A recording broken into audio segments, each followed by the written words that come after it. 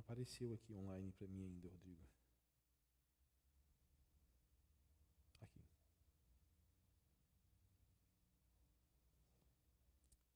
Boa noite.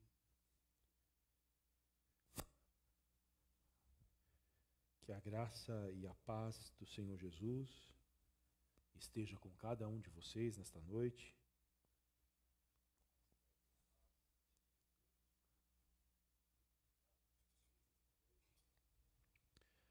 Para vocês que estão chegando agora, se aproximando e da nossa transmissão, que Deus abençoe a vida de vocês. Nós estaremos estudando hoje as Sagradas Escrituras, como fazemos todas as quintas-feiras, com a graça de Deus. E é sempre um motivo de alegria poder, em meio a uma semana tão agitada, tão corrida, pararmos para ouvir a voz das Escrituras Sagradas e meditarmos nos caminhos do Senhor. Deus abençoe vocês que estão aqui presentes. E eu quero desde já que vocês abram as suas Bíblias no Evangelho de Lucas, capítulo de número 3.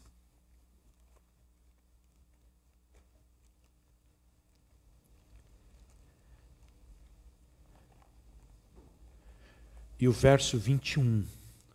Lucas 3 e 21 é um texto hoje que nós vamos correr com ele, e também Lucas 4. Então você deixa a sua Bíblia aberta no Evangelho de Lucas, por gentileza.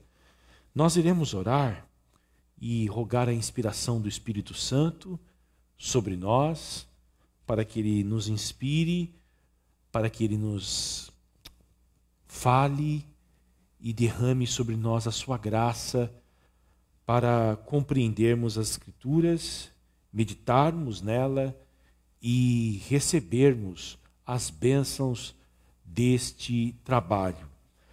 Pai querido, aqui estamos mais uma noite, mais uma vez, diante das Escrituras Sagradas, diante da Tua revelação, para ouvir a Tua voz, Senhor.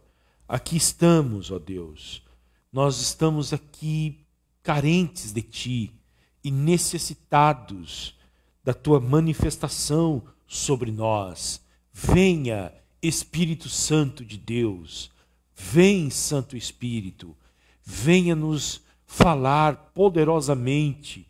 Nós invocamos a Tua presença, nós invocamos a manifestação do Senhor através da Sua palavra, e fala-nos com muito poder, para que os nossos corações sejam incendiados por Ti, de entusiasmo pela pessoa bendita de Jesus Cristo, para que o Senhor também nos traga tudo o que Cristo conquistou, tudo o que Cristo é, na verdade, tudo o que Ele tem para nos dar. Senhor, nós oramos nesta noite, oramos e suplicamos para que os nossos corações não estejam, ó Deus, distraídos nesse instante, mas que eles possam se voltar para Ti, para ouvir a Tua voz, que os nossos ouvidos estejam atentos para a voz do Senhor. Fala-nos, ensina-nos, é a minha oração, com súplicas e também com ações de graças, com perdão dos nossos pecados, ó Deus, que não são poucos. É a minha oração, no nome de Jesus. Amém. Semana passada, queridos, nós estivemos estudando sobre a relação do Espírito Santo na vida de Jesus. O Espírito Santo e Jesus. E os evangelhos narram esta relação bonita entre o Filho de Deus, a segunda pessoa da Trindade, e o Espírito Santo.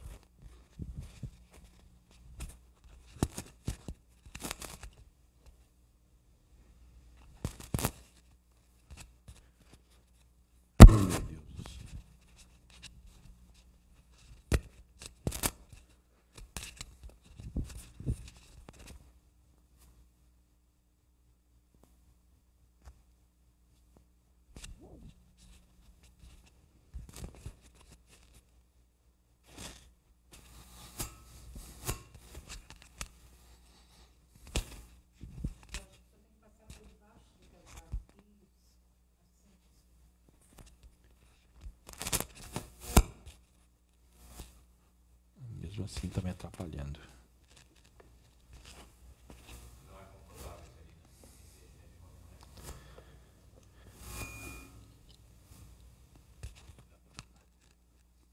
Meu Jesus.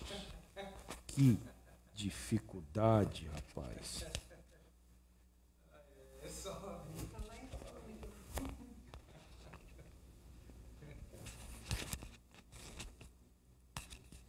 Agora sim. Os evangelhos mostram, como eu estava falando, essa relação muito íntima entre o Espírito Santo e Jesus. Jesus Cristo veio ao mundo como um homem. Embora ele nunca tenha deixado de ser Deus. E os evangelhos mostram que tudo que Jesus fez, tudo que Jesus era, todas as experiências que ele teve, foram na dependência. Isso aconteceu, na verdade, na dependência do Espírito Santo.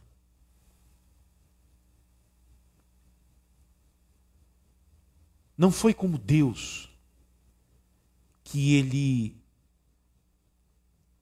repreendeu o vento e o mar, fazendo-os se aquietar. Não foi como Deus, não foi com o poder divino da sua onipotência, da onipresença, da onisciência, que ele realizou os seus maiores milagres. Mas tudo que ele fez foi em íntima dependência do Espírito Santo. Na verdade, o Espírito Santo fez através dele.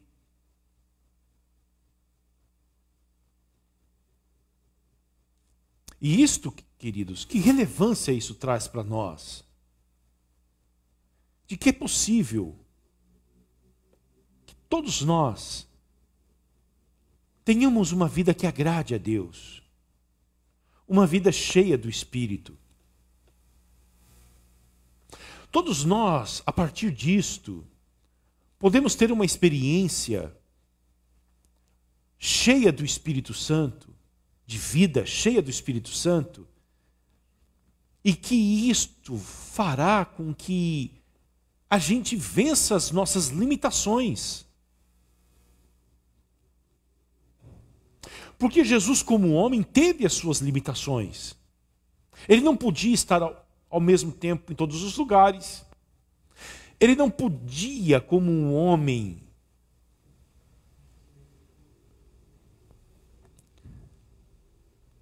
se levantar de um barco e mandar um vento se aquietar.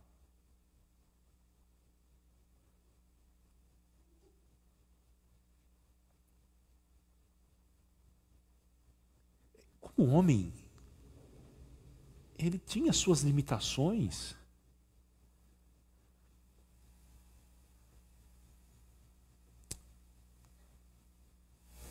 Para resistir tentações.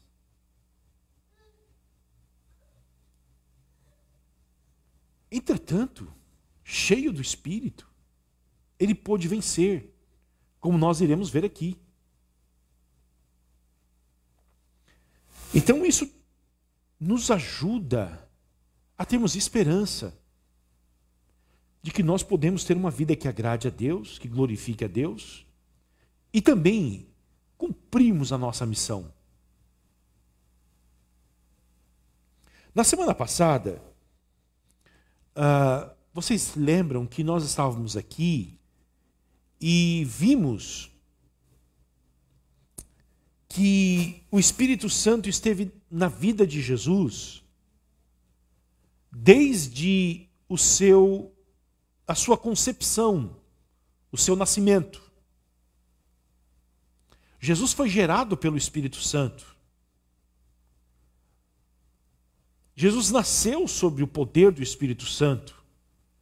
E nós vimos também que a infância de Jesus e esses anos que nós tentamos descobrir o que ele fez, dos 12 anos até os 30, são 18 anos aí de silêncio. O Espírito Santo também agiu poderosamente sobre Jesus, em Jesus, dando a ele sabedoria, dando a ele a capacidade de compreender as Escrituras Sagradas. E isto lhe foi útil no seu crescimento e no seu desenvolvimento como homem. E hoje, eu quero ver com vocês a relação entre Jesus e o Espírito Santo a partir do batismo, da tentação de Jesus e também do seu ministério terreno. Então, abram comigo Lucas 3 e o versículo de número 21.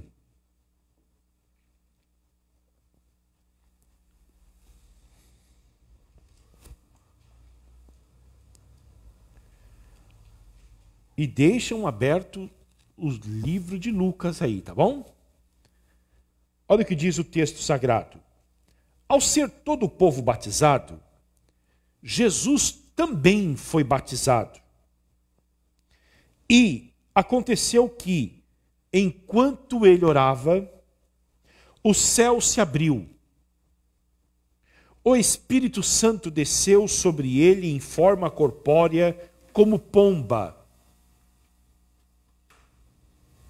E do céu veio uma voz que dizia: Tu és o meu filho amado, em ti me agrado. Tu és o meu filho amado, em ti me agrado. Está aí o relato da aparição pública de Jesus, que é o seu batismo. E a aparição pública dele depois de tantos anos de anonimato, a última aparição pública que os evangelhos registram acerca de Jesus, e especialmente o evangelho de Lucas, foi há exatos 18 anos atrás, quando ele tinha aproximadamente 12 anos de idade, e ele foi para o templo, nós estudamos isso semana passada, e deixou os doutores encantados com o seu conhecimento bíblico, com apenas 12 anos de idade. Aqui, a Bíblia vai silenciar sobre esses 18 anos. Ela vai falar sobre Jesus agora. Com 30 anos de idade, ele aparece no auge do ministério do seu primo, João Batista. Todo mundo está sendo batizado. Uma grande multidão, na verdade, dos 4 cantos de Israel. Eles vêm até João Batista no Rio Jordão e o procura para ser batizado, e Jesus está no meio deles. Sempre as pessoas perguntam para mim: pastor, o batismo de João Batista era um batismo para arrependimento dos pecados. Jesus não tinha pecado. Por que, então, ele se submeteu ao batismo do seu primo? Quem de vocês já tiveram essa pergunta, essa dúvida com vocês? Por que Jesus precisou se batizar, sendo que ele nunca tinha pecado? Há pelo menos 3 interpretações possíveis deste evento.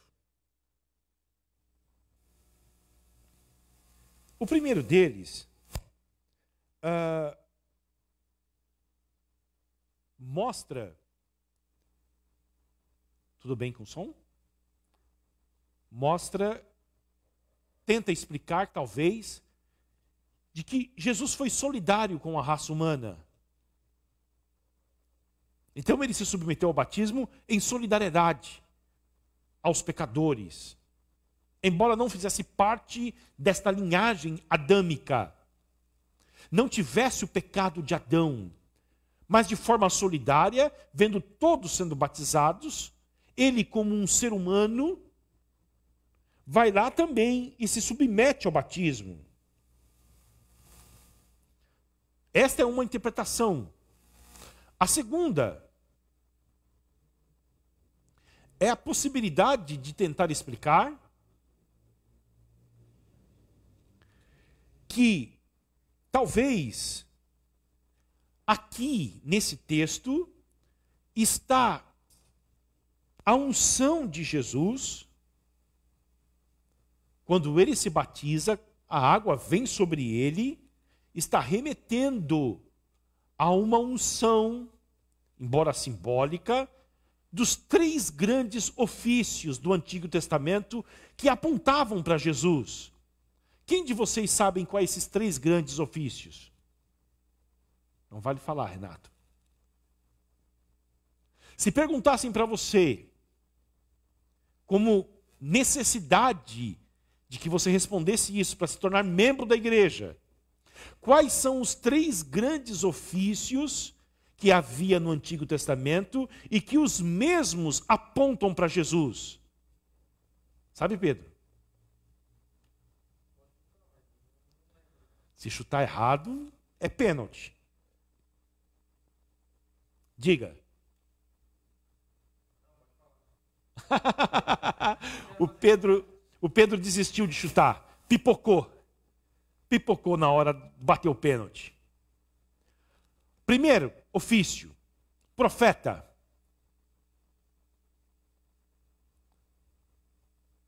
Segundo ofício, sacerdote. E o terceiro, rei. Eram os 3 grandes ofícios da religião judaica: profetismo, o anúncio da palavra de Deus; o sacerdotal, em que ele lidava com o culto e o oferecimento do sacrifício a Deus; e o rei, que governava politicamente a nação. E teologicamente também. Todos esses 3 ofícios, eles estão apontando para Jesus, que é o verdadeiro Israel e que viria futuramente e desempenharia um ministério baseado nessas 3 grandes instituições do Antigo Testamento. Jesus Cristo é um grande, é o profeta, grande não, ele é o profeta que haveria de vir. Os muçulmanos que falam que Jesus é um grande profeta. Mas esqueçam que os muçulmanos falam sobre Jesus.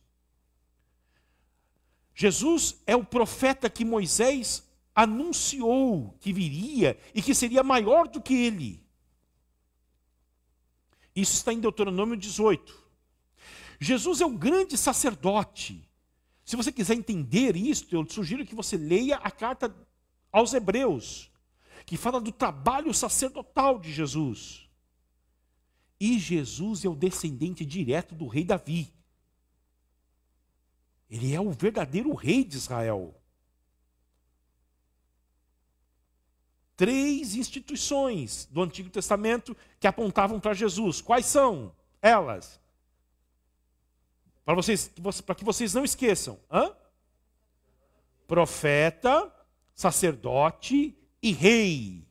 Jesus exerce esses 3 ministérios. Tá bom? Eu gosto muito também do pastor, né? Alguns falam que são 4. Do ofício também do pastor. Ofício do pastor de Israel. Legal, Renato. A gente chama-se 3 porque no rei está implícito a função pastoral. Tá ok? Mas sempre a teologia, principalmente a teologia reformada, o Calvino que vai enfatizar muito isto, fala dos 3, porque no terceiro, a função do rei era atribuída também de um pastor em Israel. Tá bom? Alguma dúvida? Não. Nem todos eles foram. Eles são imperfeitos. Eu estou estudando no meu devocional, estou lendo a Bíblia,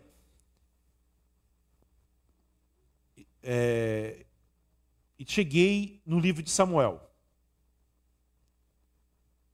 Chega lá, é fabulosa a história, é bonita demais. O povo de Israel pede um rei. O Samuel fica triste, porque o Samuel ele exerce esses 3 ofícios em Israel. Ele é um profeta, ele é um sacerdote e ele é um rei também. Embora não fosse ungido como rei, ele é um juiz, mas que exerce quase a função de um rei. Isto. Aí o povo de Israel olha para ele, vê que ele está ficando velho, vê que os filhos dele não andam de acordo com os caminhos do pai, e diz o seguinte: você vai morrer um dia, Samuel. Os seus filhos também não vão herdar o seu ministério. Então faz o seguinte: dá-nos um rei como as outras nações. E a Bíblia fala que ele se entristeceu muito. E aí Deus falou para ele assim: por que você está triste? Eles não estão rejeitando você. Eles estão rejeitando a mim, pedindo um rei.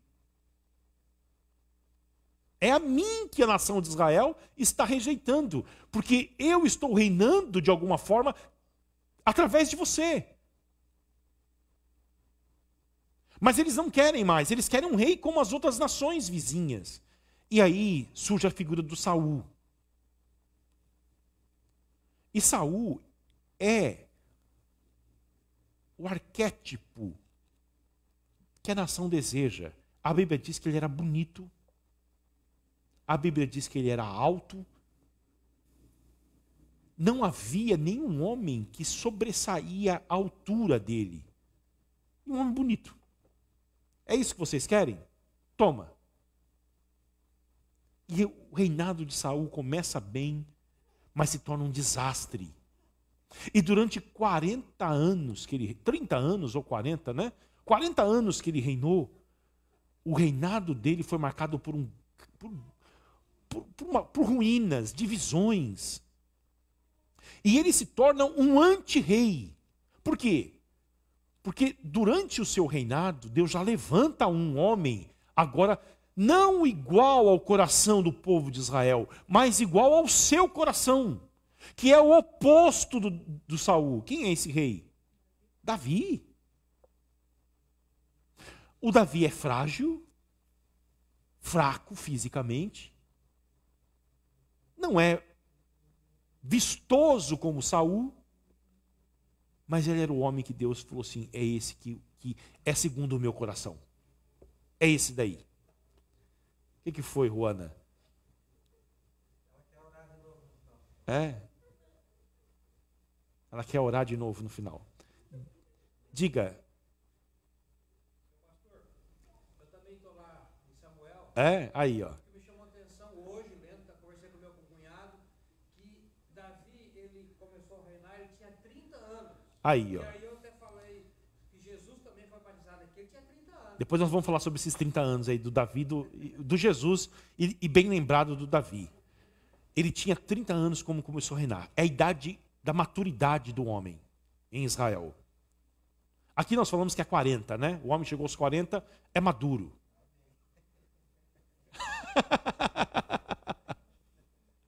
Pedrinho, você está na metade, Pedrinho. Tem uma longa caminhada. Hã? Tem que comer muito feijão, Pedrinho.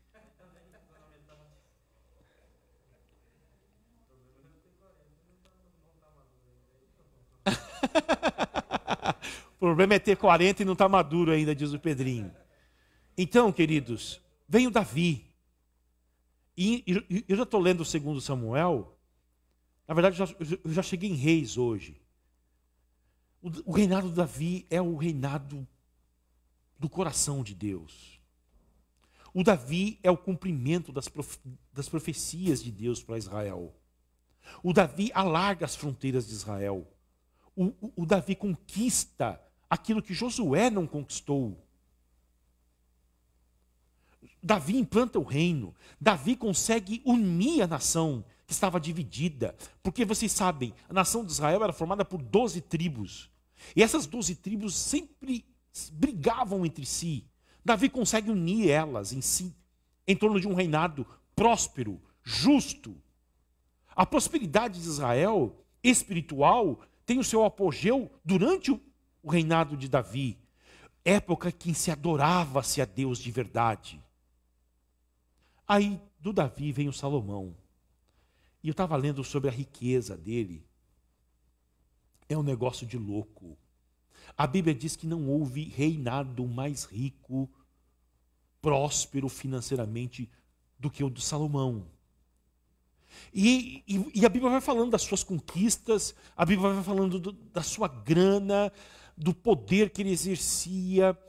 A Bíblia chama a atenção para uma coisa que diz que a gente não presta, a gente lê rapidamente. O Salomão está reproduzindo em Israel o que o Egito foi para o povo de Israel no passado.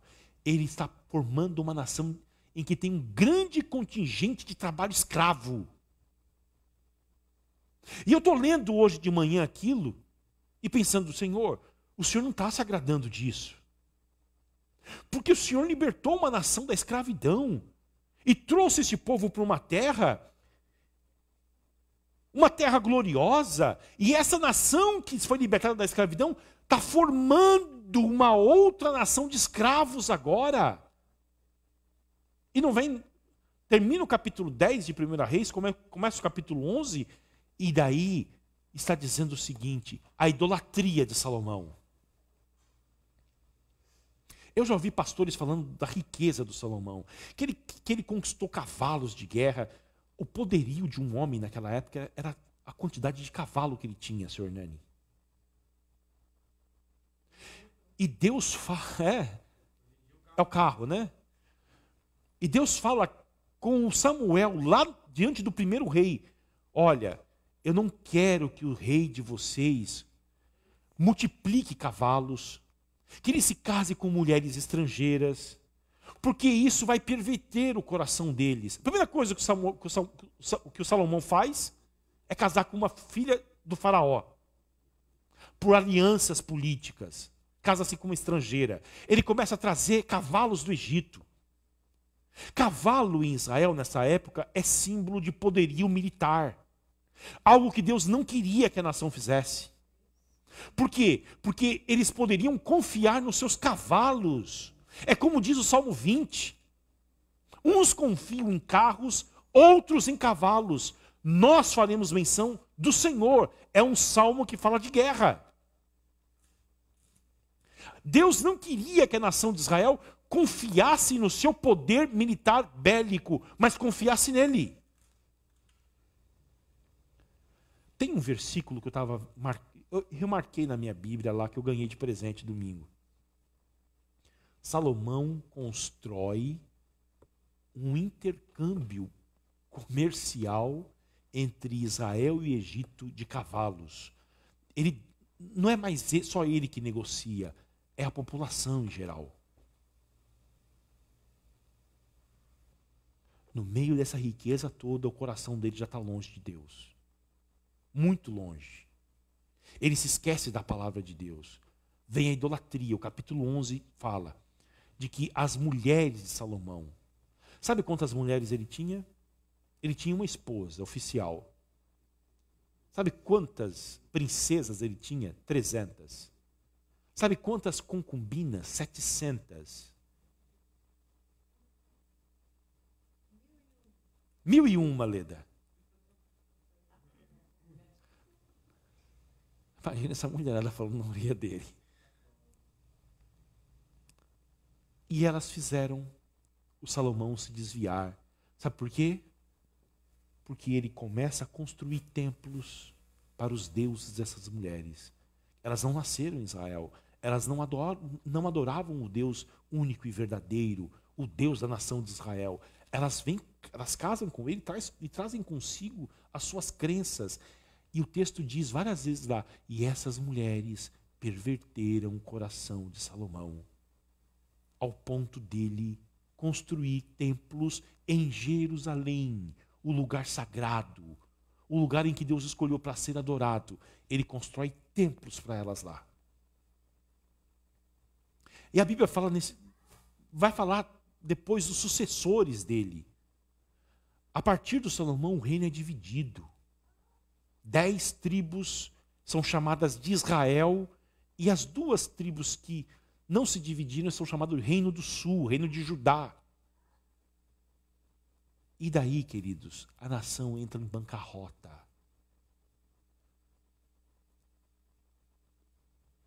Eu estava lendo esses livros hoje e pensando o seguinte: tudo isso está mostrando para nós que nenhum rei é perfeito. E que nós, ao lermos isso, deveríamos colocar os olhos para frente, porque haveria de nascer futuramente o rei de Israel, o verdadeiro rei, o Senhor Jesus Cristo, que vai reinar e governar com justiça, com equidade. Ele é aquilo que os outros não foram. Tá ok? Nesse período triste de Israel, os sacerdotes estão corrompidos também.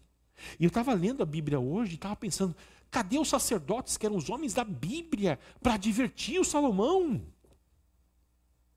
Para meter o dedo e dizer, Salomão, você está pecando, você está errando. Eles estão corrompidos também. E isso nos mostra o quê?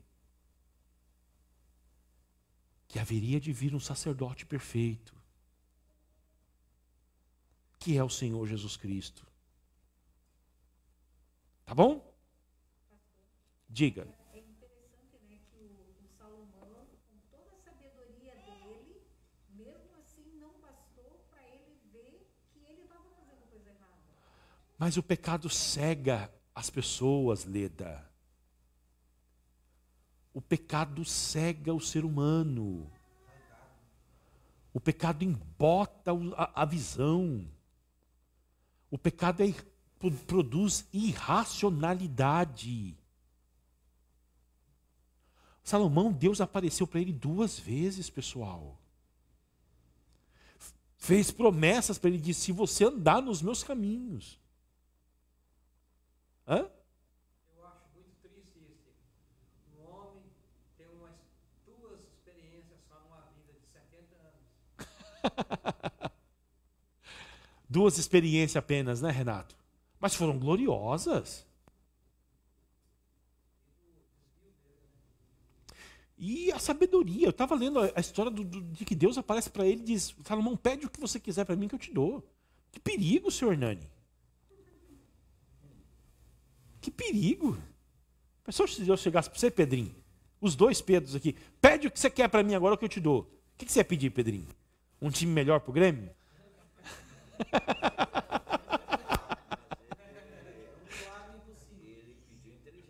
Pediu sabedoria. Aí Deus falou assim, como você me pediu isso e não me pediu riqueza, isso, o que você me pediu eu te dou, e o que você não me pediu eu vou dar também.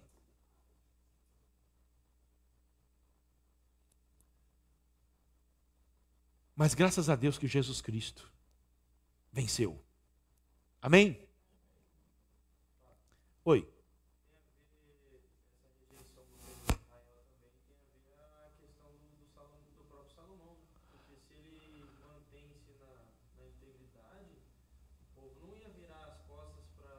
Sim, mas se o rei se desvia, se a autoridade, escute, espiritual, que é o rei, os profetas, o sacerdote também, se eles se desviam, Pedro, a nação vai se desviar. Não, eu estou falando assim porque estava escrito, né? E se não tivesse escrito isso, também não ia abrir a porta para os gentios, é o que Paulo fala, né? Sim. O povo de Israel era o culto, tudo. Então, tipo assim, dependendo fez parte do plano, né? Do plano divino. Deus nunca é pego de surpresa. Então, queridos, o batismo de Jesus também pode ser visto como a sua identidade como Messias, que vem expiar o pecado do povo, tá bom? Então, 3 coisas acerca do batismo de Jesus. Embora ele não tivesse pecado, ele se submeteu ao batismo. 3 coisas falam aí, que são possíveis de interpretação. A primeira, a sua identificação com a raça humana, a sua unção para exercer esse triplo ministério, e em terceiro, a sua identificação como Messias. O tempo está correndo e não dá para explorar tudo isso hoje. Agora, o que é mais importante acerca do batismo de Jesus. Não é nem o evento, o significado disto, mas o que acontece ali. Vocês estão com a Bíblia aberta em Lucas 3:21. Olha só. Ao ser todo o povo batizado, Jesus também foi batizado. E aconteceu que, enquanto ele orava, o céu se abriu, o Espírito Santo desceu sobre ele em forma corpórea como pomba, e do céu veio uma voz que dizia: Tu és o meu filho amado, em ti me agrado.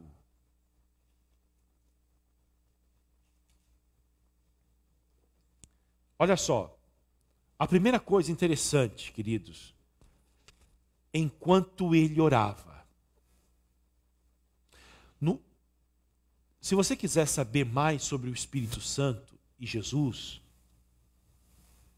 eu sugiro que você leia o Evangelho de Lucas.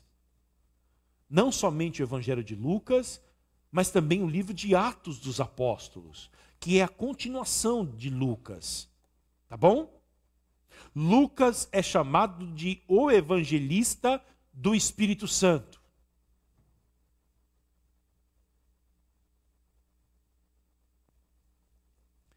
E tanto em Lucas como em Atos, o Espírito Santo vem em resposta à oração.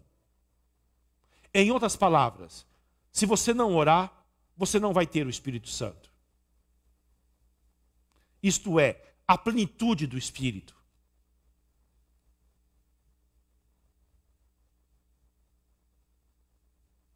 Querem ver comigo? Então abra a Bíblia de vocês em Lucas capítulo 11. Versículo 9.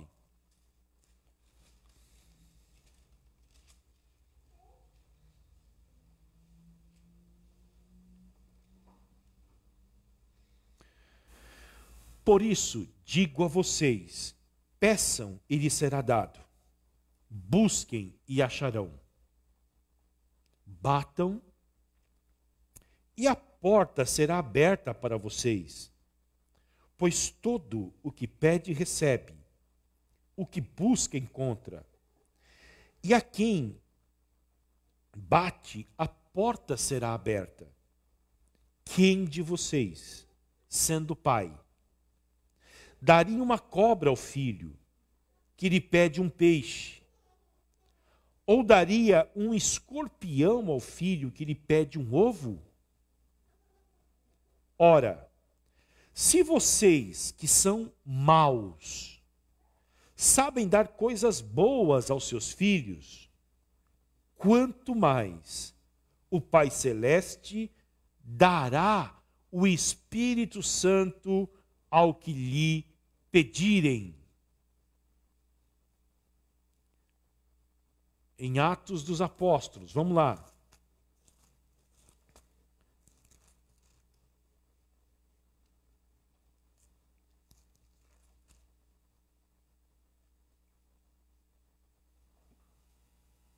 Capítulo 1.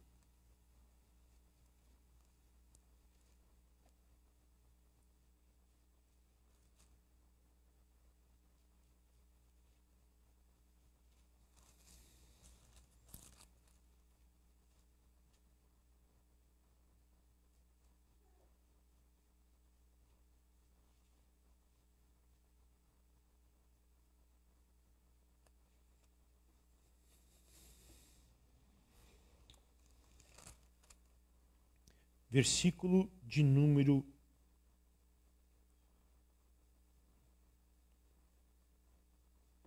'Peraí, deixa eu ver aqui. O que nós vamos ler?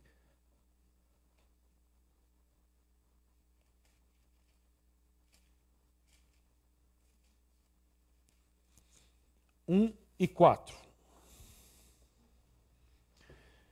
E, comendo com eles, deu-lhes esta ordem: não se afastem de Jerusalém, mas esperem esse verbo esperar da ideia da oração. A promessa do Pai, a qual vocês ouviram de mim. Porque João, na verdade, batizou com água, mas vocês serão batizados com o Espírito Santo dentro de poucos dias. Versículo de número 8. Mas vocês receberão poder ao descer sobre vocês o Espírito Santo, e serão minhas testemunhas, tanto em Jerusalém, como em toda a Judéia e Samaria, e até os confins da terra. Versículo 14, olha só. Todos estes, os apóstolos, olha só, e mais algumas pessoas, que contabilizavam um total de 120, todos estes perseveravam unânimes em oração com as mulheres, com Maria, mãe de Jesus, e com os irmãos dele. Depois que Jesus falou isto, que eles deveriam esperar, que eles receberiam poder. Agora abram a Bíblia de vocês em Atos 2. Versículo 1.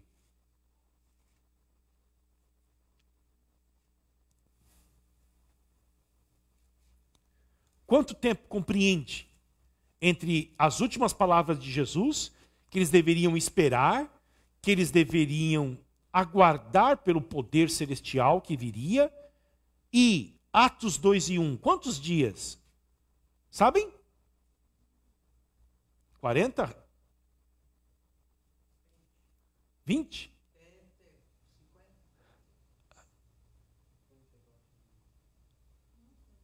Olha só. Jesus ressuscitou, ele passou 40 dias com os discípulos. Certo? No final do 40º dia, ele foi assunto aos céus. E aí, ele disse, olha, vocês esperem aí. Não saiam de Jerusalém. Até que o Espírito Santo venha até vocês. E aí foram 10 dias de espera. Olha só. 10 dias esperando é a palavra perseverar. 10 dias perseverando em oração. Talvez Deus vá nos encher com o Espírito Santo depois de um dia inteiro de oração. Talvez Ele vai fazer isso depois de 6 meses, 1 ano. Mas o importante é que a gente ore e não deixe de orar por isto. Todos os dias, ao acordar, Senhor, me encha com o Espírito Santo. Senhor, enche a tua igreja com o Espírito Santo. Que esta seja a tua oração e a minha, todos os dias. Olha só, Atos 2:1. Ao cumprir-se o dia de Pentecostes, do período entre a Páscoa, que é a ressurreição de Jesus, e a festa de Pentecostes, são 50 dias. Lembre-se, 40 dias Jesus passou com eles, e 10 dias eles passaram orando. Tudo bem? Cumprindo-se os dias de Pentecostes, estavam todos fazendo o quê? Reunidos no mesmo lugar, fazendo o quê? Orando, pedindo. Aqui nós aprendemos uma coisa, o que é oração? Oração, entre muitas definições, é reivindicar as promessas de Deus. Senhor, o Senhor prometeu enviar o teu Espírito, nós estamos aqui pedindo.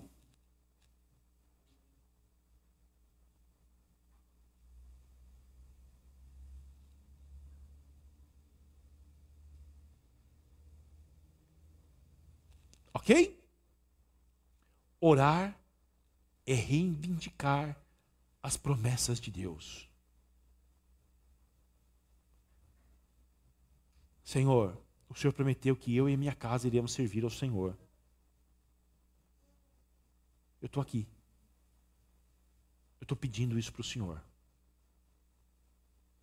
O Senhor disse, crê no Senhor Jesus Cristo e será salvo tu e a tua casa. Eu estou aqui. Estou pedindo. O Senhor prometeu abençoar os meus filhos, os meus netos. Senhor, eu estou aqui pedindo. Vamos lá. De repente, veio do céu um som, como de um vento impetuoso, e encheu toda a casa onde estavam sentados. E apareceram distribuídas entre eles línguas como de fogo, as quais pousaram sobre cada um deles. Todos ficaram cheios do Espírito Santo. E começaram a falar em outras línguas, segundo o Espírito lhes concedia que falassem. Deus cumpriu a sua promessa. Todos ficaram cheios do Espírito Santo. Portanto, na narrativa de Lucas, o Espírito Santo é dado depois da oração. Ok?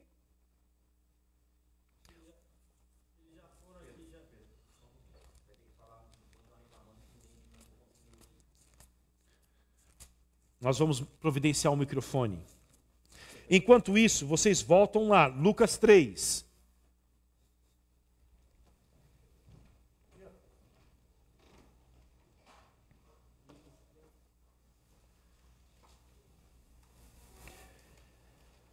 Nós vimos que durante o batismo de Jesus, o Espírito foi dado. Nós vimos que durante o batismo de Jesus, ele orou. E enquanto ele orou, 3 coisas aconteceram.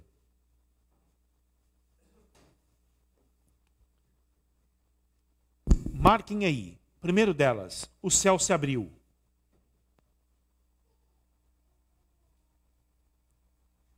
Se a gente não orar, o céu não se abre. Né, Renato? Você falou isso esses dias aqui, eu gravei isso. Se a gente não orar, o céu não se abre. Se a gente tivesse tempo, eu queria ler Isaías 64, mas vocês podem ler em casa. O profeta Isaías diz, se fendessem os céus e os céus se abrissem. Um avivamento espiritual é quando o céu se abre, pessoal. E Deus derrama suas bênçãos sobre a igreja, sobre o seu povo. Enquanto Jesus orava, o céu se abriu. Você deseja que o céu se abra sobre a sua família, sobre a sua casa? Ore.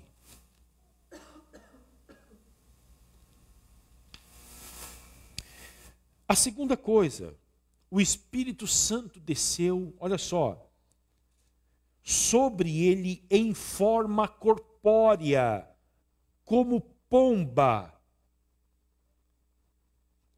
O Espírito Santo desceu sobre Jesus, não de uma forma mística, mas de uma forma visível. Essa palavra forma aqui é diferente de morfê, é visível.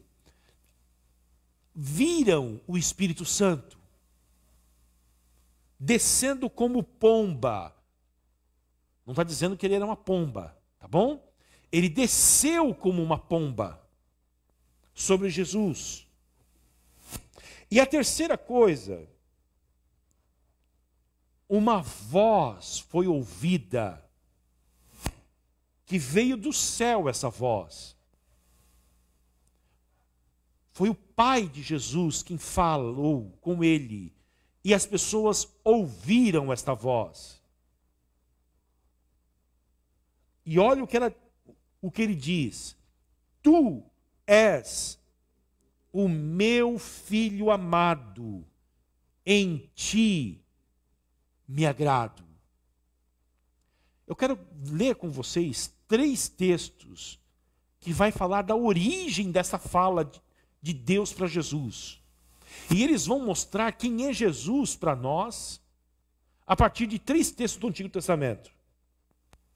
Primeiro deles, o Salmo 2, versículo 7.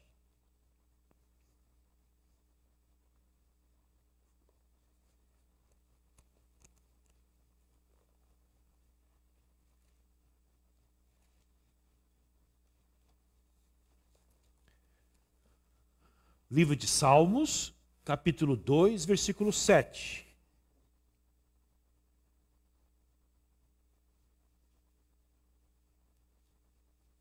Na verdade, vamos ler esse salmo inteiro, que é muito bonito. Todos vocês encontraram? Salmo 2, versículo 7. Diz o seguinte: por que se enfurecem as nações? E os povos imaginam coisas vãs? Os reis da terra se levantam e as autoridades conspiram contra o Senhor e contra o seu ungido. Quem é o ungido de Deus? Jesus. Dizendo: vamos romper os seus laços e sacudir de nós as suas algemas. As nações, os povos, os homens não querem se submeter a Deus e nem tampouco a Jesus Cristo. Versículo 4, olha como que Deus reage. Olha, Josi, como é que Deus reage às nações, os povos, os homens que não querem se submeter a Ele. Aquele que habita nos céus dá risada. Todos os inimigos de Deus são tratados com desprezo. Todos. Se todos os inimigos de Deus se juntassem para uma batalha contra Deus, Deus iria dar risada. O Senhor zomba deles. Olha só, o estado de ânimo muda no verso 5. Na sua ira, e a ira de Deus se mistura com a sua capacidade de zombar dos seus inimigos. Na sua ira, a seu tempo lhes falará, e no seu furor os deixará apavorados, dizendo: eu constituí o meu rei. Quem é esse meu rei? Quem é o rei que foi constituído por Deus? Jesus, o rei da glória que nós cantamos aqui. Sobre o meu santo monte Sião, lá em Israel. Esse monte é onde a cidade de Jerusalém está construída em cima dele. O rei diz, olha, não é mais Deus que está falando agora no Salmo, é Jesus. Proclamarei o decreto do Senhor. Jesus Cristo veio ao mundo para proclamar a palavra de Deus aos homens.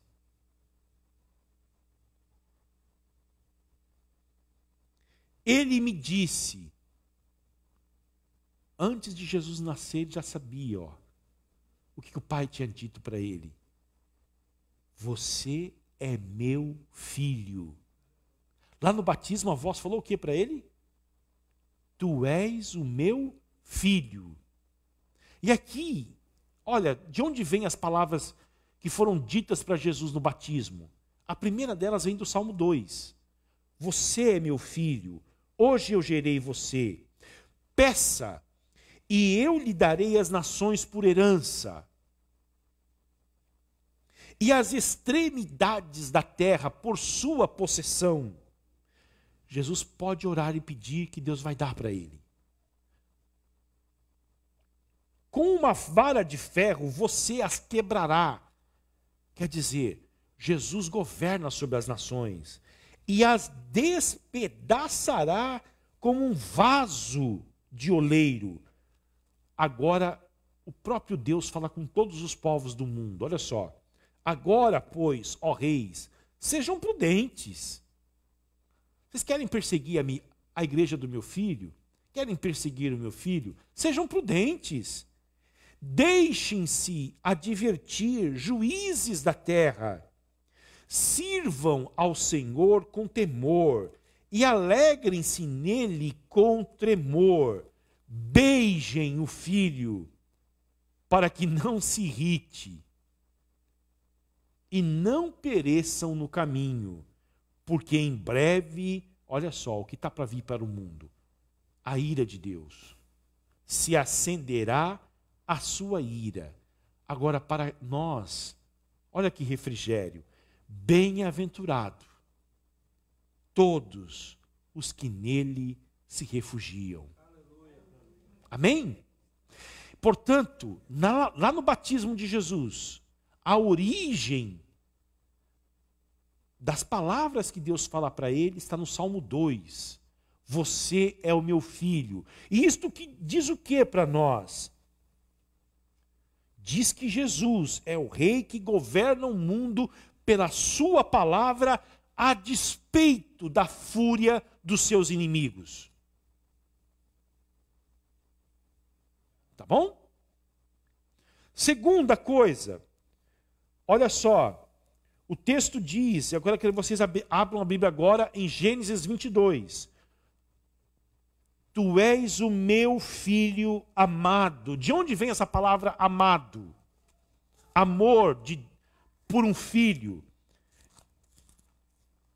Adivinhem, eu queria que vocês me dissessem, sem olhar a Bíblia, de onde vem a primeira vez que aparece na Bíblia de um homem, de alguém que ama o seu filho?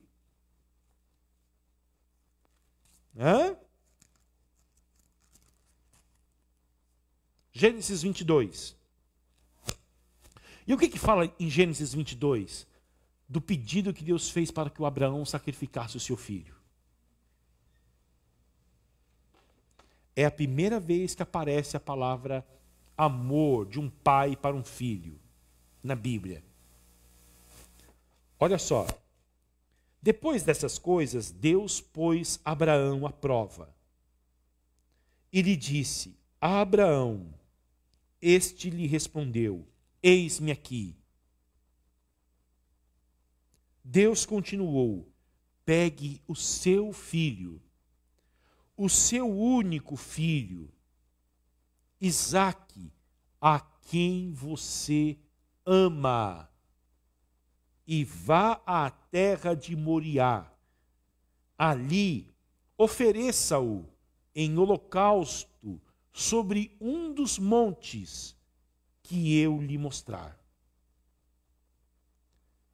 O texto diz: você é o meu filho amado. De onde vem esse amor? Vem lá de Gênesis 22:2. O amor que Abraão tem pelo filho dele querido, pelo qual ele espelhou tanto, é espelhado no amor que Deus tem pelo seu filho Jesus Cristo.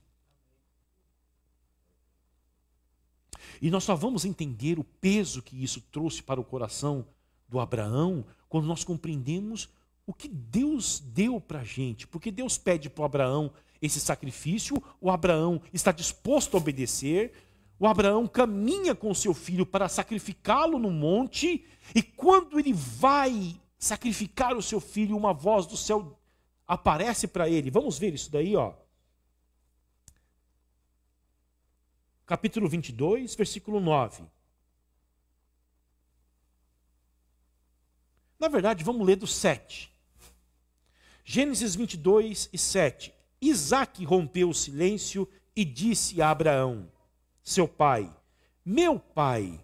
Abraão respondeu: eis-me aqui, meu filho. Isaque perguntou: eis aqui o fogo e a lenha, mas onde está o cordeiro para o holocausto? Abraão respondeu: Deus proverá para si o cordeiro para o holocausto, meu filho. É a famosa palavra Javé Jirê, Deus proverá.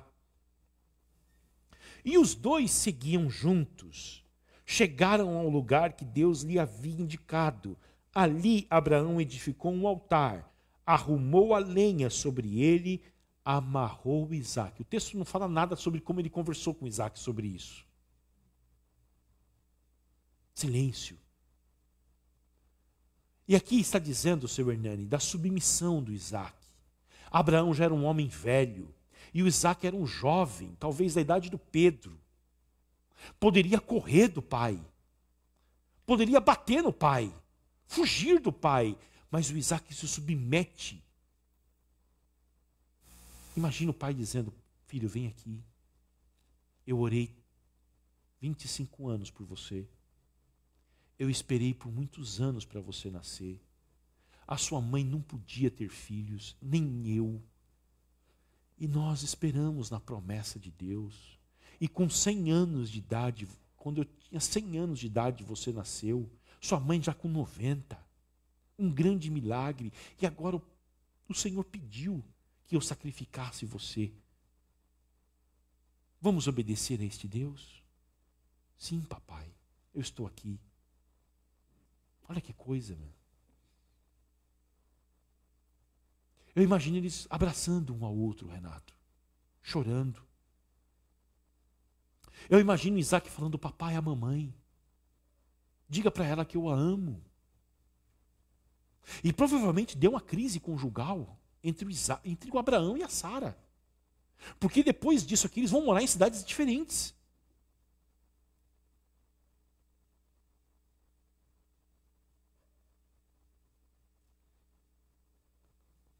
Mas o Isaac se submete. Por quê? Ele é um tipo de Jesus. Lá do Antigo Testamento, lá atrás, bem lá na origem, ele está prefigurando o Filho de Deus que voluntariamente se ofereceu como resgate, como sacrifício pelos nossos pecados. Olha só. E o deitou no altar em cima da tenda. E deitou no altar em cima da lenha. E estendendo a mão, pegou a faca para sacrificar o seu filho.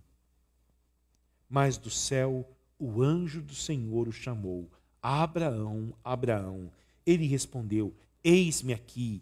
Então lhe disse: não estenda a mão sobre o menino, e não faça nada a ele, pois agora sei que você teme a Deus, porque não me negou o seu filho, o seu único filho.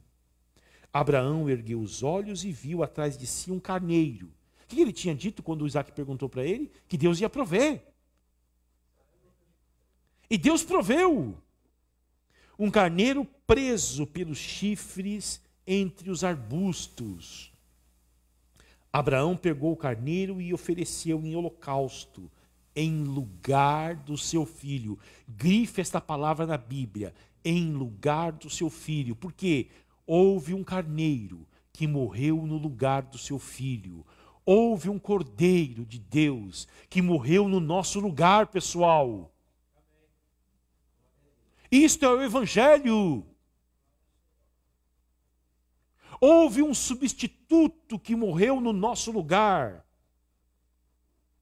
E Abraão deu àquele lugar o nome de o Senhor proverá. Todas as vezes que nós falamos o Senhor proverá, nós estamos pregando o Evangelho. Não estamos dizendo que Deus vai dar uma Ferrari nova para a gente. Mas nós estamos pregando o Evangelho. O Deus proveu para nós o seu Filho, que derramou o seu sangue por nós. No monte do Senhor. E olha, os teólogos dizem, né, Renato, que pertinho deste lugar aqui foi o lugar onde Jesus foi crucificado. 2000 anos depois, seu Hernani.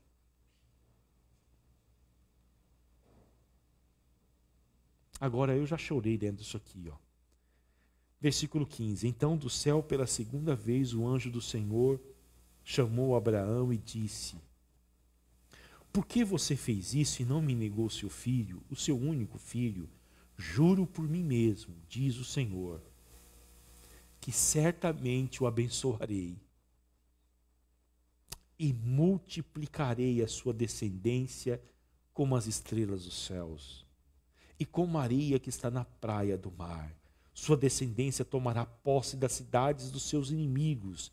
Na sua descendência serão benditas todas as nações da terra, porque você obedeceu a minha voz. Vale a pena obedecer a Deus. Talvez você esteja pensando: o que vai ser de mim? Eu obedeci a Deus e tive retrocessos na minha vida, retrocessos na minha carreira, houve perdas, renúncias. Vale a pena.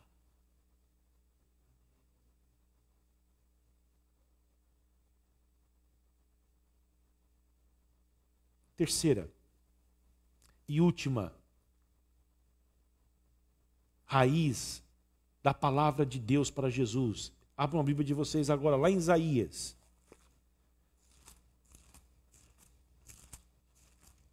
Capítulo de número 42. Lembre-se, no batismo, o que a voz do céu disse para Jesus? Sabem de cor? Hã? Fala no microfone, Pedrinho. Não sabe de cor? Se tivéssemos numa sala de catecúmenos aqui, Pedro, fizesse essa pergunta para você: o que foi dito para Jesus na ocasião do seu batismo? Você é o meu filho amado, em quem eu tenho muito prazer. Vamos ver essa última sentença, de onde vem? Qual é a origem dessa palavra? Nós já vimos a origem da palavra filho, já vimos a origem da palavra amado, amor, e vamos ver agora a origem da palavra em quem eu tenho muito prazer. Isaías 42. Eis aqui o meu servo, a quem sustenho. Aleluia. O meu escolhido, em quem a minha alma se agrada. Jesus Cristo é o servo de Deus, a quem Deus sustém. Ele é o escolhido de Deus, em quem a alma de Deus tem prazer. Quando Deus olhava para Jesus, ele tinha prazer na alma dele. Está aí o meu filho perfeito. Agora, não termina aí, ó. Nós estamos falando do batismo de Jesus, no momento em que Jesus foi cheio do Espírito Santo, certo? Olha só, pus sobre ele o meu espírito. E o que Jesus vai fazer cheio do Espírito Santo? O que as pessoas falam que as pessoas cheias do Espírito Santo fazem na igreja? Hein? Hã? Pregam o evangelho, Leda. Era sobre, se vocês pensaram outra coisa, tá, que fica rodopiando, vocês estão com a mente muito suja. A Leda respondeu certo. Olha só. Prega o evangelho, olha só. E ele promulgará o direito para os gentios. Ele vai pregar o evangelho para os estrangeiros, anunciar a minha palavra aos estrangeiros. Só que como que ele vai fazer isso? Não clamará. Não vai implorar. Não vai gritar, ó. Ele não vai alugar um carro de som e sair na rua gritando: venha no culto hoje, na praça. Não vai fazer isso. Nem fará ouvir na praça a sua voz. O seu ministério é muito modesto. Nada chama atenção. Ele não chama a atenção dos homens pela sua oratória.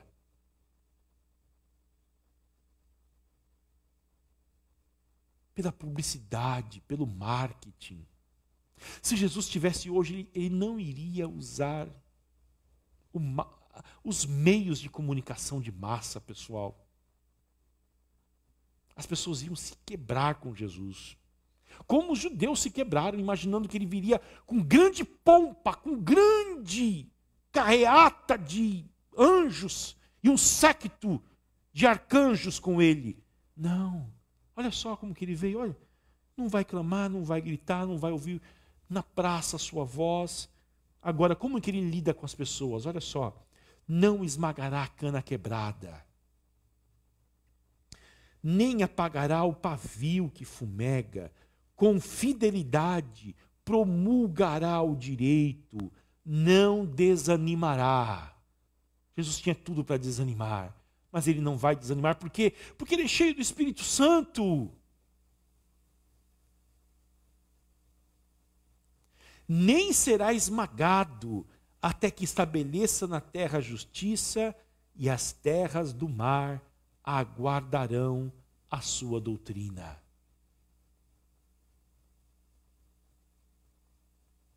As terras do mar, ó, as ilhas, estão esperando alguém para ir lá, falar da doutrina de Cristo.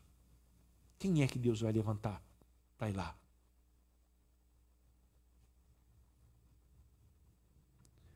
Então, pessoal, para a gente terminar, Jesus Cristo é o servo aqui. No batismo ele reconhece que ele é o rei que governa pela sua palavra, não obstante a oposição das nações, isso é o Salmo 2. No batismo ele sabe que é o filho que Deus ama, mas que vem ao mundo para substituir os pecadores, morrendo por eles na cruz. E no batismo Jesus já sabe que ele é o servo sofredor. Tá bom? Tudo isso, na ocasião do batismo de Jesus, já está claro para ele quem ele é. Agora, deixa eu dizer para vocês, queridos, qual foi a última vez que você orou para ser cheio do Espírito Santo? Amém. A segunda coisa,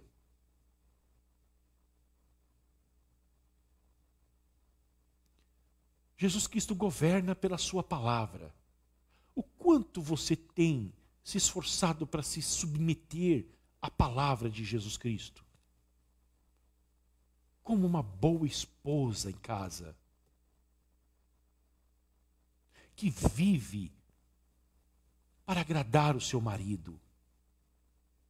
Como um bom esposo que vive para morrer, se possível, sacrificialmente pela sua esposa.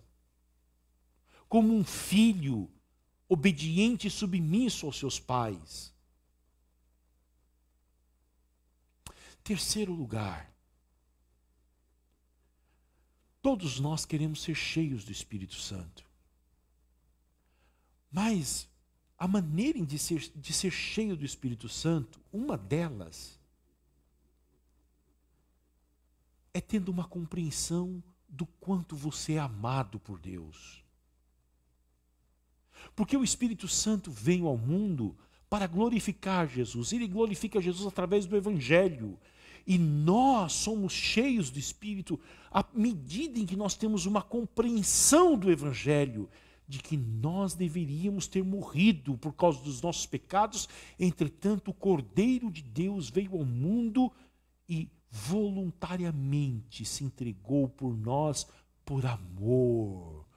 O quanto você tem se deleitado no Evangelho e permitido que o Evangelho entre em você e fale contigo dizendo o seguinte: você é minha filha amada, em você eu tenho muito prazer, porque você está unida ao meu filho, eu tenho muito prazer em você. E por último, o Espírito Santo encheu Jesus para fazer dele um servo. O quanto você está disposto a servir? Agora, o quanto você está disposto a servir na sua casa? Deixa eu fazer uma pergunta para você. No que você serve as pessoas da sua casa? O que você faz para elas? Que seja sacrificial, que tira você da sua zona de conforto. O que você faz pela sua esposa, sacrificialmente, que tira você da sua zona de conforto? Um exemplo, você tem 1 hora para descansar, mas aí você descobre que tem algo para fazer em casa. E você sacrifica essa 1 hora de descanso pelo teu cônjuge.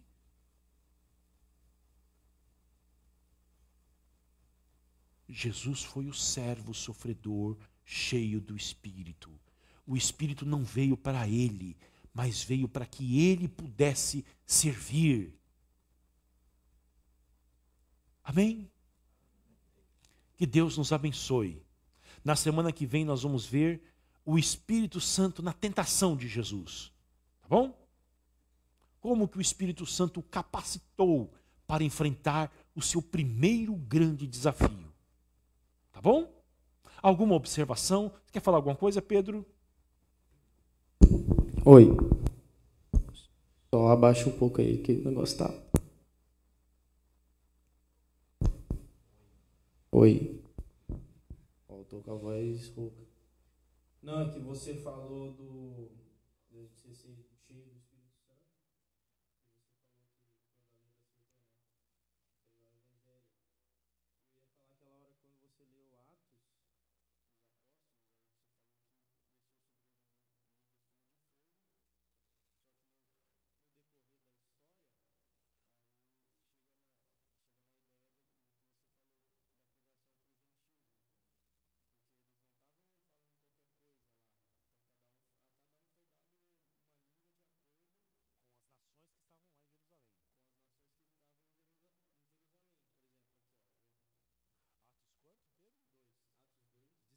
Né? Sem som, está dizendo aqui o Rodrigo, no comentário, ó. Cíntia, Deus... Cíntia, Deus te abençoe, Cíntia, aí em São Paulo, tá bom? Muito feliz de saber que você está acompanhando aí em São Paulo o nosso estudo, tá bom? E a todos os irmãos que estão online.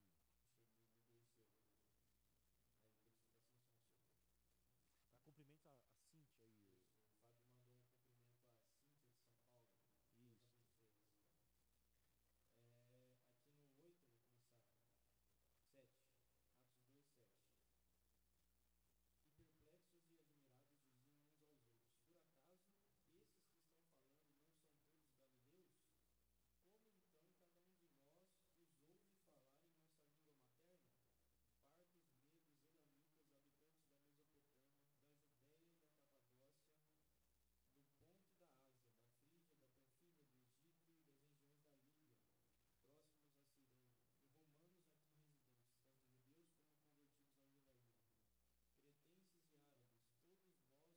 Ouvimos falar do que, né? Das grandezas de Deus em nossa própria língua. E perplexos e pasmos, todos diziam uns aos outros: o que isso quer dizer? Aí lá no verso 16.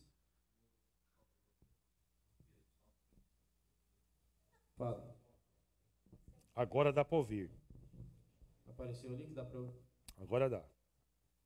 Tá. Deixa eu ver se eu... Aí no verso 16, né? Vou ler do 14, né? Então, pondo-se de pé com os 11, Pedro tomou a palavra e disse-lhes: homens judeus e todos os que habitam em Jerusalém, que isto fique claro para vós. Escutai as minhas palavras. Esses homens não estão embriagados, como pensais, foi dito antes ali, visto que é apenas a 3ª hora do dia. 9 da manhã. 9 da manhã. Mas isto é o que havia sido falado pelo profeta Joel. E acontecerá que nos últimos dias, diz o Senhor, que derramarei o meu espírito sobre todas as pessoas, e vossos filhos e vossas filhas profetizarão. Amém. Os vossos jovens terão visões, e os vossos velhos terão sonhos. E naqueles dias derramarei o meu espírito sobre os meus servos e sobre as minhas servas, e eles profetizarão.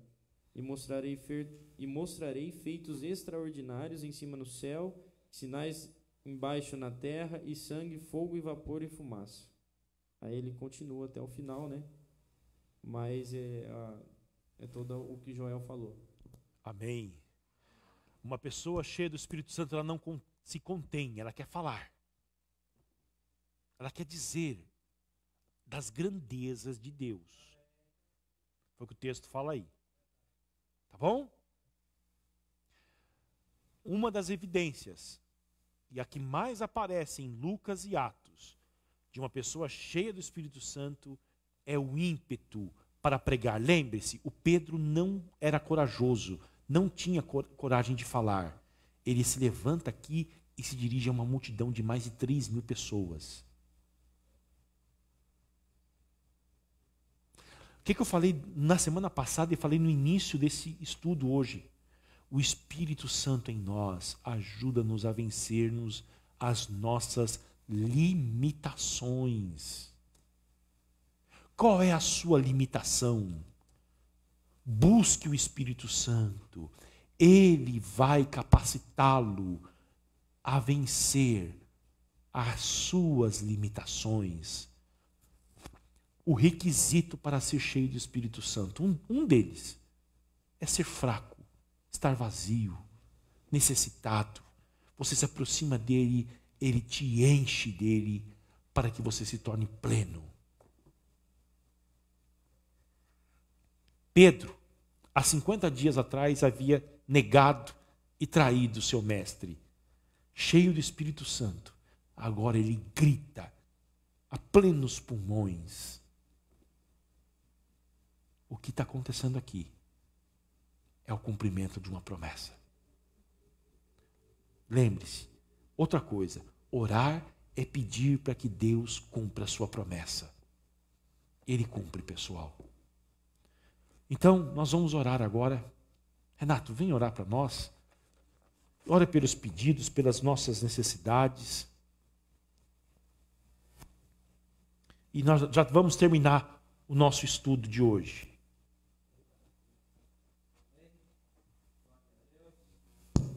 Louvado seja o Senhor por esta noite de quinta-feira fria. Hoje é 1º de julho, né? Graças a Deus por começarmos o mês estudando a palavra de Deus. Olha isso, estamos começando bem, viu? Parabéns para vocês. Começando bem, estudando a palavra de Deus, meditando na palavra, recebendo a palavra. Nós temos aí algum pedido especial? Como é que está? Algum irmão online? Tem alguma coisa em particular? Ok? Então nós vamos orar. Eu vou me ajoelhar e vocês ficam à vontade aí e vamos orar então.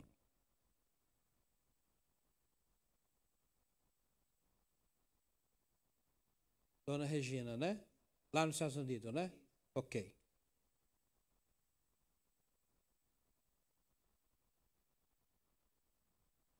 Ancestral coronavírus, não? Outra enfermidade.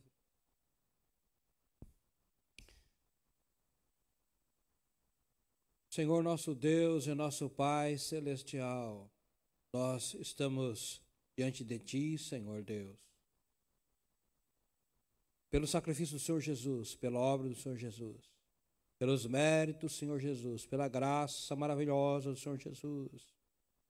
Obrigado, Senhor, pelo dia que tivemos, trabalhando, indo e vindo, os afazeres, Senhor Deus. Louvado seja o Teu nome pela Sua presença, pela Sua direção, pelo Seu livramento. Nós queremos Te agradecer, Senhor, porque nesse inverno o Senhor tem nos dado uma roupa quentinha, uma bebida quente, uma coberta quente, Senhor. Mas, Senhor, nós estamos lamentando porque há muitas pessoas que estão sofrendo, Senhor. Pessoas às vezes próximas de nós. Ó Jesus, tem misericórdia. Às vezes nós saímos de casa, já deparamos com pessoas nas ruas, Senhor, deitadas, dormindo. Oh, meu Deus, às vezes, Senhor, pessoas de idade. Senhor, tem misericórdia. Misericórdia, Senhor. Nós agradecemos ao Senhor pelo frio, mas pedimos que o Senhor diminui, Senhor, a temperatura do inverno, para que os necessitados, para que essas pessoas tão carentes venham a sofrer menos, Senhor. Senhor, nós oramos, meu Deus, pelo nosso Brasil, pelos brasileiros. Senhor, no sentido que haja portas abertas para o emprego, para o serviço, para a dignidade. Senhor, para um básico sobre a mesa, do pobre, do necessitado, Senhor. Oh, meu Deus do céu, Tu és o Deus que se importa, Tu és o Deus que conhece, que sabe, Jesus. Oh, Jesus, Tu sabes o que é fome, Jesus. Tu um dia jejuou 40 dias nessa terra, Senhor. Oh, Jesus maravilhoso, nós Te pedimos misericórdia para que a economia do Brasil venha melhorar, venha crescer, voltar à normalidade. Já estamos há alguns meses, anos, Senhor. Oh, Jesus querido, sara a nossa economia, sara, Senhor. Abençoa o nosso presidente da República com sabedoria, com temor, com submissão, com santidade. Senhor, quem sabe ele pode ser um homem ainda cheio do Espírito. Quem sabe o Senhor pode ouvir as orações nossas, Senhor, e dar-nos um presidente como Davi, Senhor, um homem segundo o Teu coração, um homem que andava com o Senhor, um homem, Senhor, que adorava a Ti. Oh, meu Deus, quem sabe o Senhor pode, quem sabe o Senhor pode responder às nossas orações. Senhor, nós queremos mesmo, Senhor, a Tua bênção, que sem a presença abundante do Teu Espírito nós não somos nada. Sem a presença abundante do Teu Espírito nós somos temerosos. Senhor, nós somos desenfreados, pecadores, maliciosos. Senhor, meu Deus, o pecado nos enche quando não há abundância do Espírito do Senhor. Por isso, venha nos encher, Senhor, mais e mais do Espírito doce, do Espírito Santo do Senhor.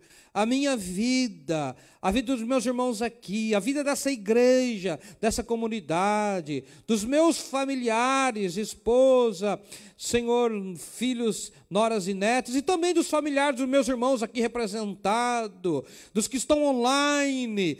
Sejamos, Senhor, cheios do Teu Espírito Santo, cheio da glória do Senhor.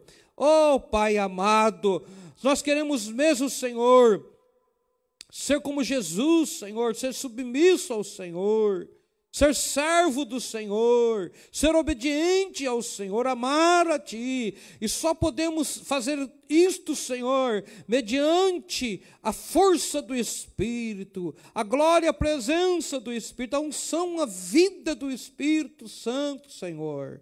Oh, Pai amado, oh, Pai querido, nós oramos, Senhor, pedindo a Tua bênção sobre a dona Regina, lá, Senhor, tão longe, Senhor, das filhas, mas tão perto de Ti, Senhor.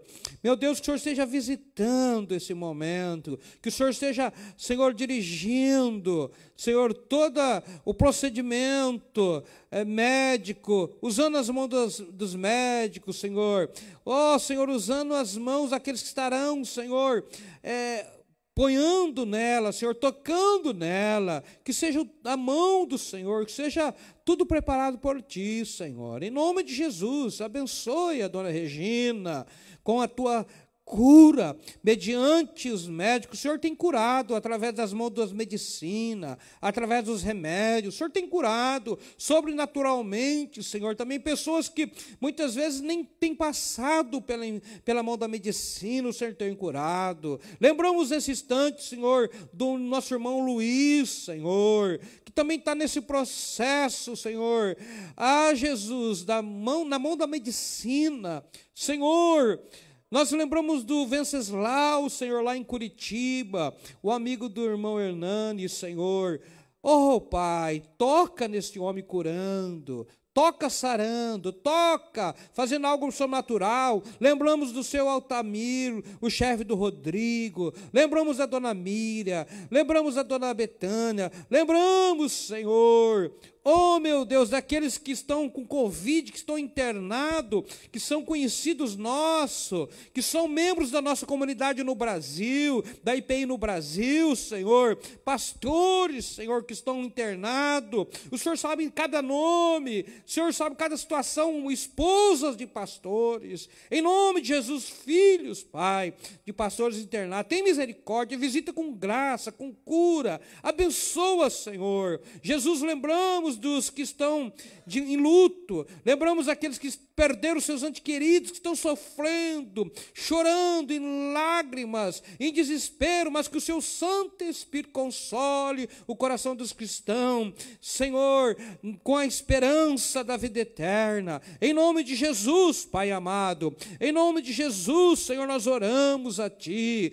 Ó, certo da Tua resposta, certo da Tua manifestação, certo que o Senhor responde às nossas orações. Nós te bendizemos, nós te louvamos, Senhor Jesus, no Teu doce nome, no Teu poderoso nome. Assim nós oramos, Senhor Jesus. Irmãos da comunidade nossa que estão passando por situação financeira apertada, abre as portas, Senhor, das vendas, multiplicando as vendas, colocando clientes, os irmãos que são, Senhor Deus, autônomos, que precisam, Senhor, de clientes, oh meu Deus, prepara tudo isso, Senhor. Oh Jesus, visita os fracos na fé, Jesus. Jesus, nós vemos agora que o Senhor não quebra a cana, o Senhor não esmiuça a cana quebrada, o Senhor não aniquila a cana quebrada, mas o Senhor é o Deus que realmente restaura e renova. Os que estão fracos na fé, fortalece os fracos na fé. Senhor, meu Deus e meu Pai, que nesse domingo, Senhor, os irmãos estejam todos presentes, cultuando a Ti. Desperta os irmãos para buscar o Santo Espírito nas suas casas, nos seus quartos, lendo a Tua palavra, fazendo um voto, Senhor, fazendo um pacto de oração, de orar incessantemente para sermos cheios do Espírito, assim como essa igreja primitiva durante 10 dias bateu na porta do céu, Senhor, buscando intensamente o Teu Espírito. Assim sejamos nós, Senhor. Pedimos isso, Senhor, clamando, Senhor, para a glória do nome de Jesus, que vive e reina. Graças a Deus. Amém, meus irmãos? Sábado agora nós estaremos aqui, né, com a nossa agenda, a vigília, às 21 horas. Aí, vamos lá. Quando o céu se abre, a gente ouve a voz de Deus. Quando o céu se abre, as bênçãos do Senhor vêm, né? Vem salvação, vem, né, bênçãos materiais, tá? Então, sejamos aqui. Se está frio, põe lá, faz igual eu, umas 2 calças, viu? Aí, ó, vem orar ao Senhor aqui, buscar o Senhor, que vale a pena, tá bom? Um grande abraço, Deus continua abençoando em nome de Jesus. Até sábado, então.